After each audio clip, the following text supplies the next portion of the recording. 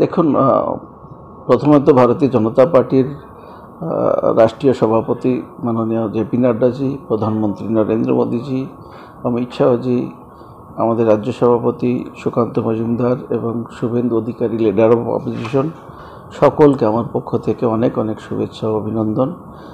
তারা আমাকে এই এত বড় একটা প্ল্যাটফর্মে সুযোগ দিয়েছেন।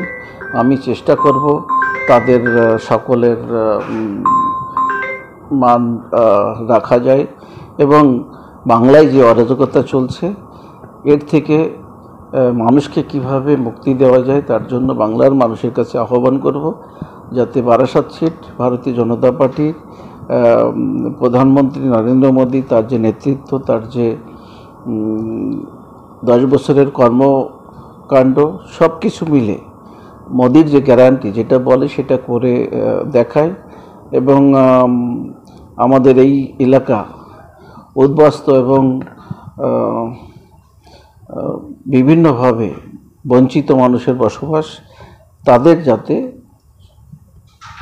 আগামী দিনে সুরাহ হয় এবং নাগরিকত্ব প্রদান করে তাদের সঠিক বসবাসের যোগ্য করে তোলা, এলাকার সমস্ত যে অনুন্নত কাজগুলো সেগুলোকে উন্নয়ন করা, এই আমাদের মূল লক্ষ্য থাকবে।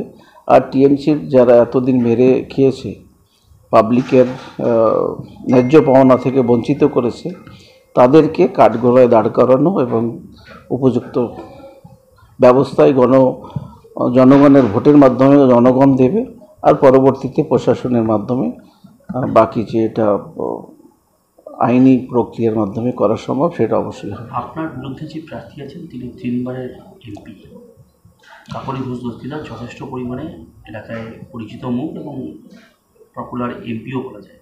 তার বিরুদ্ধে এই লড়াই আপনার কেমন হবে? দেখুন, একটা বাংলার প্রত্যেকটা ছোট থেকে বড় মানুষের কাছে একটা বার্তা পৌঁছে গেছে অলরেডি।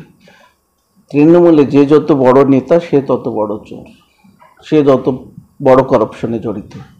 তো কাকলি ঘোষ দস্তিদার মুখ্যমন্ত্রী ছায়াসঙ্গী, মুখ্যমন্ত্রী মমতা ব্যানার্জি, সে তো সম্পূর্ণভাবে জালে জড়িয়ে রয়েছে।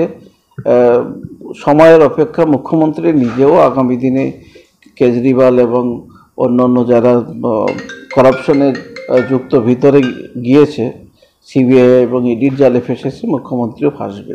তো তার সঙ্গে আমি মনে করি তারও যথেষ্ট ঘনিষ্ঠতা আছে। আর 15 বছরে কিছু কাজ করেনি, অথচ ফুলে ফেঁপে উঠেছে। রাজারহাটে বড় বড় প্লটে জমি রাখা আছে, যেগুলো আমি জানতে পেরেছি। অনেক শিলান্যাস হয়েছে কিন্তু কোনো কাজ হয়নি। এইসব কিছুর হিসাব জনগণ নেবে। আর এই চোরেদের বিরুদ্ধে ভোট হবে। মোদির সাফল্যের সঙ্গে মানুষ আছে সারা পৃথিবী জুড়ে। মোদির যে জয়ডঙ্কা, মোদির যে নাম, সেই নামকে আর ভারতবর্ষকে সঠিকভাবে পরিচালনা করার কৃতিত্বে বাংলার মানুষ এবার সকলে মিলে বিজেপিকে ভোট দেবে। 100% আশাবাদী বারাসাত সিট জিতবেই।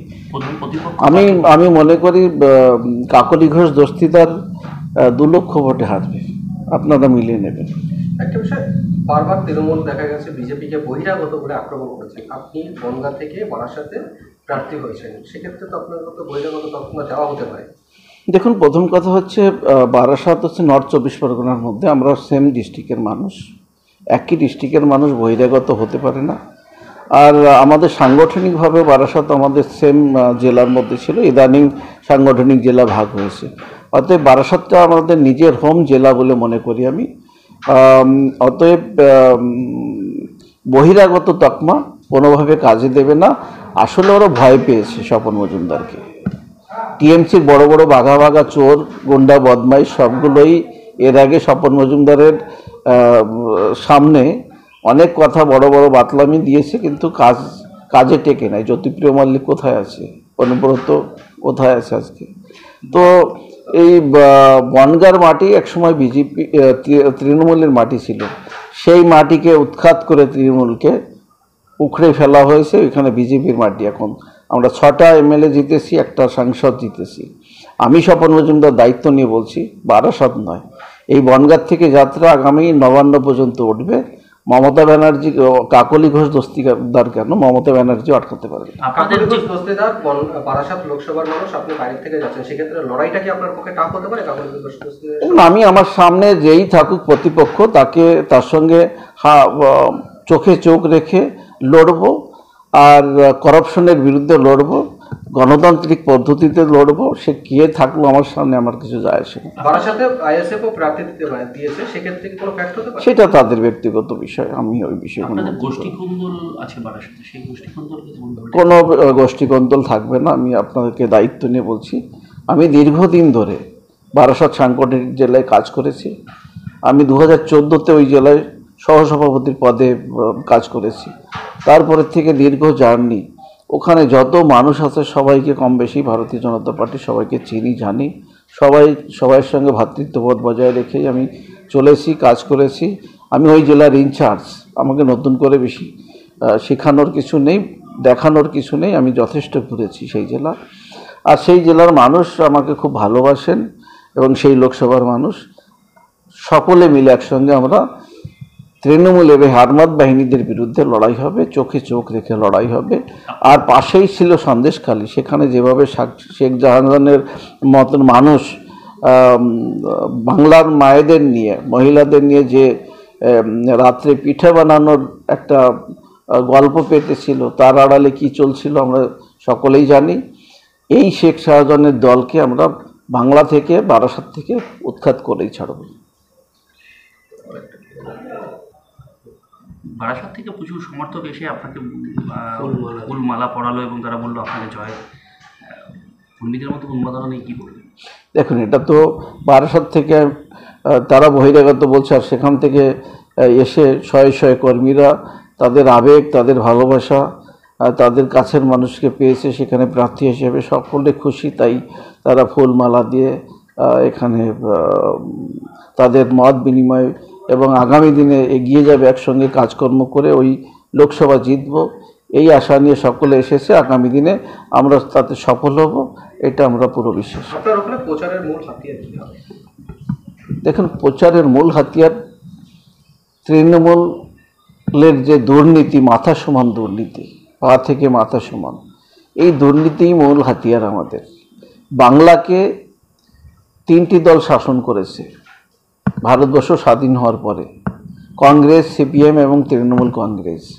6 লক্ষ কোটি টাকা ঋণ, হাজার হাজার লক্ষ লক্ষ বেকারত্ব, ছেলেমেয়েরা কর্মসংস্থান পাচ্ছে না, পড়াশোনা এবং স্বাস্থ্যের যে বেহাল দশা, এ হাতিয়ার কোনটা নেই বাংলায়। আর ছোট থেকে বড় মাঝারি সব চুরি, কাটমানি, রাহাজানি, ধর্ষণ সব কিছুতে যুক্ত আছে তৃণমূলের নেতারা। তারা কোন মুখ নিয়ে ভোট চাইতে যাবে, সেটাই আমার কাছে প্রশ্ন। আমাদের কাছে অনেক অপশন আছে। আমাদের মোদির গ্যারান্টি ভারতবাসী মেনে নিয়েছে, মোদির গ্যারান্টিতে ভোট হবে। আমরা ভারতীয় জনতা পার্টি সবকা সাথ, সবকা বিকাশ, সবকা বিশ্বাস, এই মন্ত্রে বিশ্বাসী। আর তাই নিয়ে আমরা আগামী দিনের প্রচারে নামবো। মানুষ আমাদের বিশ্বাস করে, মানুষ আমাদের ভোট দেবে। 100% আশাবাদী। কবে থেকে প্রচারে নামবে?